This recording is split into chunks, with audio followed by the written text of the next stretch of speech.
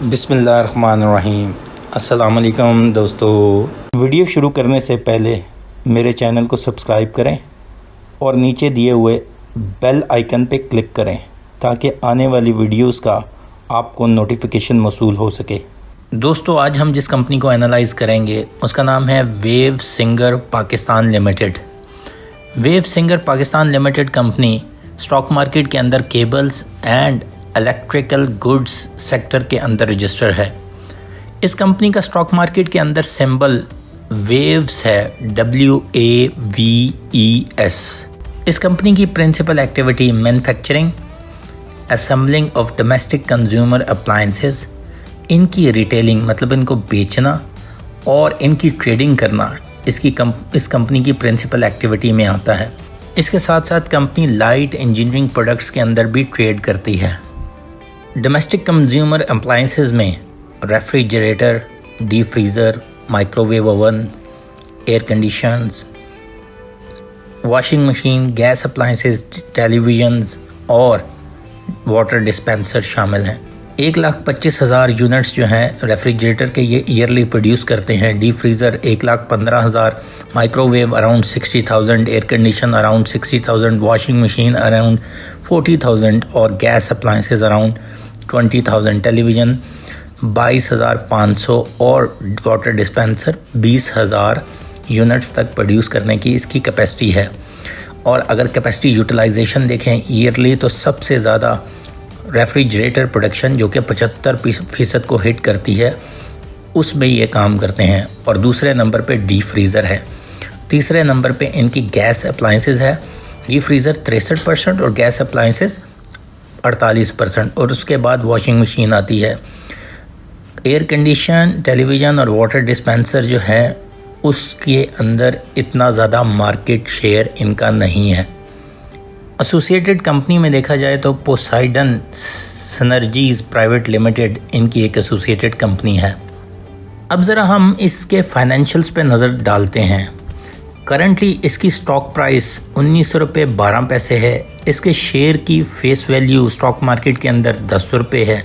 इसने अपना 52 वीक्स की जो हाईएस्ट प्राइस टच की वो 30 रुपये 59 पैसे थी और 52 वीक्स की जो लोएस्ट प्राइस थी वो 17 रुपये 10 पैसे थी। इसका स्टॉक मार्केट में फ्री फ्लोट 50% है। इसके टोटल शेयर स्टॉक मार्केट में तकरीबन 28 करोड़ 14 लाख के लगभग हैं और स्टॉक मार्केट में ट्रेडेबल शेयर तकरीबन 14 करोड़ 7 लाख तक ट्रेड किए जा सकते हैं। ये एक शरिया कंप्लाइंट स्क्रिप्ट है।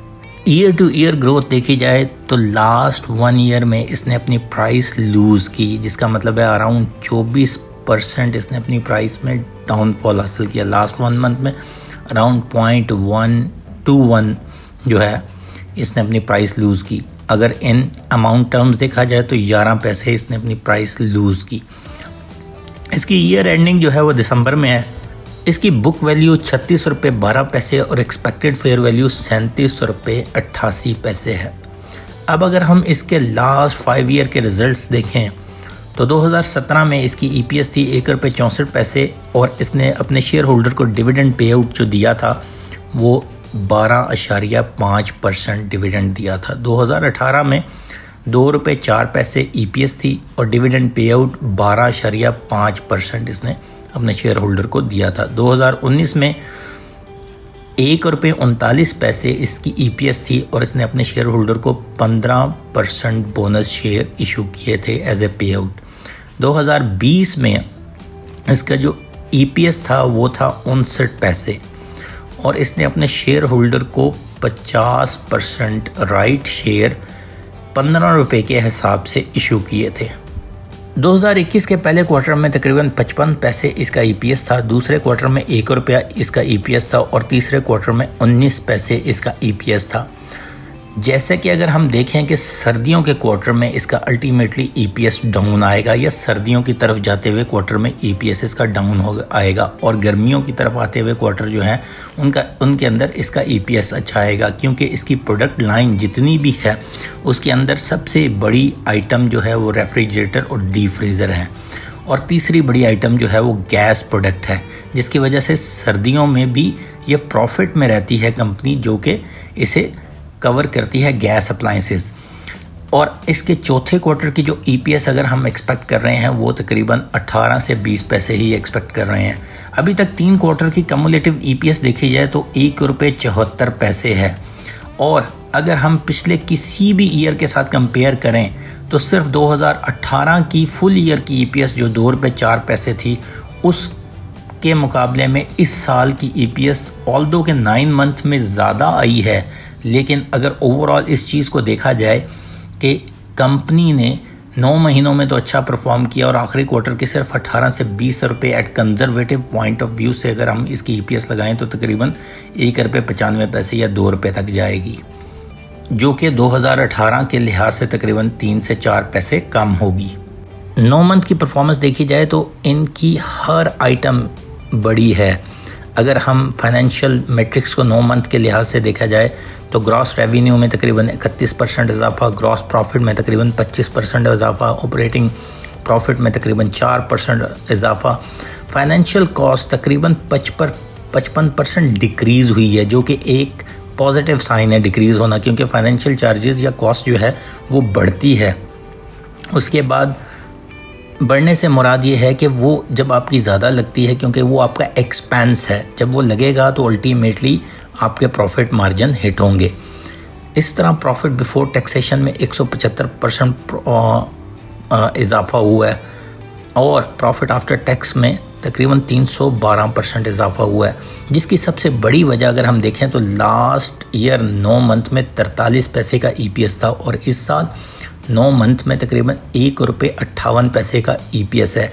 याद रहे ये EPS after deletion of 50% of right share है, जो कि लास्ट ईयर एंड पे इस कंपनी ने इशू किए थे। वो राइट शेयर क्यों इशू किए थे उसकी रीज़न भी हम आगे जाके देखेंगे। कंपनी का ये जो इजाफा है इसके अंदर अहम इकदाम गवर्नमेंट ने भी किया, जिसमें बहुत सी ऐसी चीज़ थी जो रॉ मटेरियल, जो कि ऐसे मटेरियल जो ऐसे इक्विपमेंट इनकी प्रोडक्ट मैन्युफैक्चरिंग में यूज़ होते थे, उसकी जो कस्टम ड्यूटी थी या उसके ऊपर जो ड्यूटीज़ थी उनको कम किया गया। उसकी स्लैब वाइज कमी आई उसके अंदर, जिसके अंदर SS sheet, copper tube, fan blade, power manager और PP कोपोलीमर इनके रॉ मटेरियल के आइटम हैं, जिसके अंदर कस्टम ड्यूटी की स्लैब को ठीक ठाक कम किया गया ताकि इंपोर्ट ड्यूटी नीचे आ सके और इनकी मैन्युफैक्चरिंग कॉस्ट में इतना ज़्यादा इजाफा नहीं हुआ, जिसकी वजह से इनकी सेल्स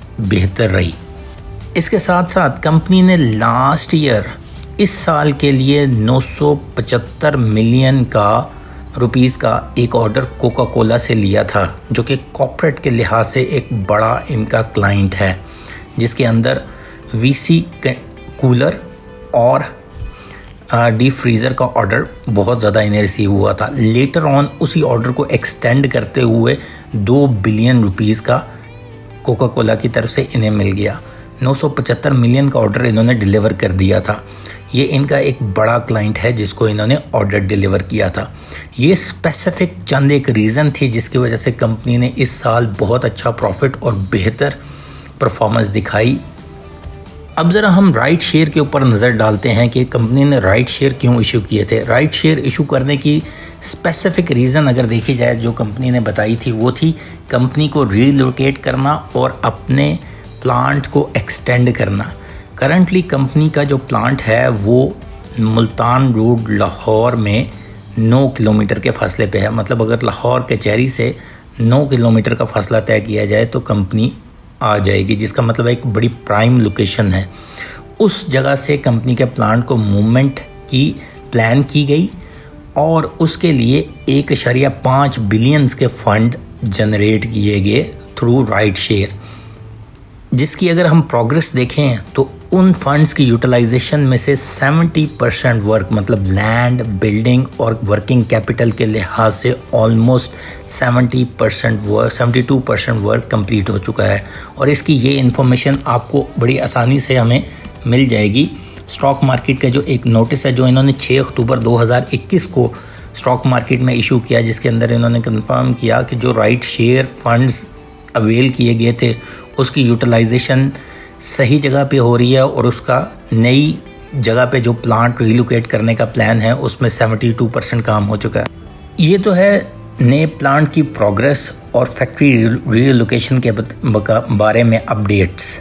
लेकिन जो पुरानी लोकेशन है, जिस तरह मैंने लोकेशन का एरिया बताया कि सिर्फ 9 किलोमीटर है लाहौर कचहरी से और ये मुल्तान रोड पे वाक़या है और बहुत ही प्राइम लोकेशन है, उसके लिए कंपनी ने जो आर्किटेक्चर कंसल्टेंट हायर किए उन्होंने इन्हें रिकमेंड किया कि यहाँ एक अपार्टमेंट का प्रोजेक्ट्स बनाया जाए जो कि एक रियल एस्टेट प्रोजेक्ट हो और जिसे बाद में सेल आउट किया जाए या रेंट आउट किया जाए, जिसकी एक रेगुलर अर्निंग कंपनी लेगी। इसका मतलब है कि आने वाला टाइम कंपनी के लिए एक न्यू फैसिलिटी ऑपरेशन करने जाएगा और जिससे इनकी प्रोडक्शन कैपेसिटी बढ़ जाएगी, नंबर 1। नंबर 2, जो पुराना प्लेस है उस जगह पे एक अपार्टमेंट का प्रोजेक्ट लॉन्च किया जाएगा, जिसके लिए प्रॉबली कंपनी जब अपार्टमेंट पूरे कर लेगी या उसकी फंडिंग जब मार्केट से उठाना शुरू करेगी तो अल्टीमेटली रियल एस्टेट में इस वक्त बहुत ज़्यादा काम हो रहा है और ये real estate project probably wave singers Pakistan limited को एक न्यू डायमेंशन और न्यू डायरेक्शन की तरफ लेके जाएगा जो कि रियल एस्टेट की है। और रियल एस्टेट में इस वक्त जितने भी प्रोजेक्ट चल रहे हैं या जो अच्छे रिनाउंड नेम हैं जिनके पीछे बहुत बड़े नाम हैं, उनको बहुत अच्छा मार्केट से रिस्पांस मिल रहा है और काफ़ी ज़्यादा लोग उसमें इन्वेस्टमेंट कर रहे हैं, जिसकी वजह से इसके सक्सेस के काफ़ी अच्छे चांस हैं। एक तो प्राइम लोकेशन होने की वजह से और दूसरे वजह यह है कि अभी रिसेंटली ही लाहौर में अपार्टमेंट्स का कॉन्सेप्ट अवाल हुआ है जो कि काफ़ी एक्सपेंसिवली सेल किए जा रहे हैं। इसका मतलब है कि आने वाला टाइम कंपनी के प्लान्स काफ़ी बेहतर हैं जो कि इनकी EPS को बढ़ा सकते हैं। अब अगर हम रेट वाइज और EPS वाइज कंपनी का कंपैरिजन करें, 2018 में जब इनकी EPS बहुत बेहतर आई तो हम इसका रेट देखते हैं जो कि 30 से प्लस था और 2019 के अवाइल में ये तकरीबन 25 और 30 के दरमियान चलती रही जब इसका EPS ₹1.39 आया।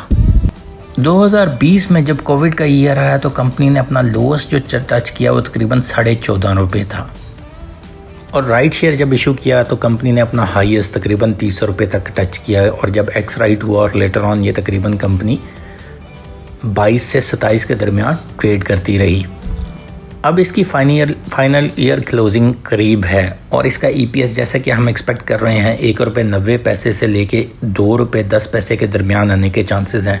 तो अल्टीमेटली अगर इसके हिस्टोरिकल रेट्स देखे जाएं तो ये कंपनी तकरीबन 22 से 27 के दरमियान ट्रेड करती रही है, लेकिन अगर इसका EPS ₹2 के लगभग आता है जो कि ब्राइट चांसेस हैं तो ये कंपनी 25 से 30 या 25 से 27 के दरमियान ट्रेड करना या इसकी फेयर वैल्यू रखती है।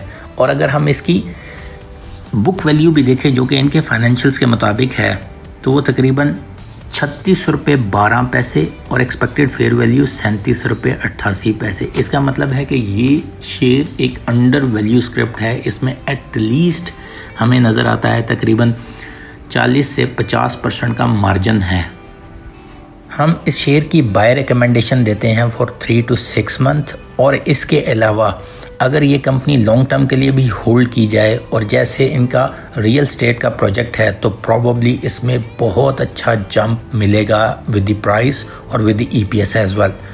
जिस तरह रियल एस्टेट की आजकल प्राइस काफ़ी ऊपर गई हुई है और जिस तरह जो प्राइम लोकेशन है वहाँ अगर ये अपार्टमेंट सेल करते हैं बना के तो इन्हें बहुत ज़्यादा एडवांटेज होगा और आने वाले टाइम में अगले 2 से 3 सालों में हम ये देख सकते हैं कि इस कंपनी के जो रियल एस्टेट का प्रोजेक्ट अगर मटेरियलाइज होता है तो ये 35 से 45 के दरमियान बड़ी आसानी से ट्रेड करेगी।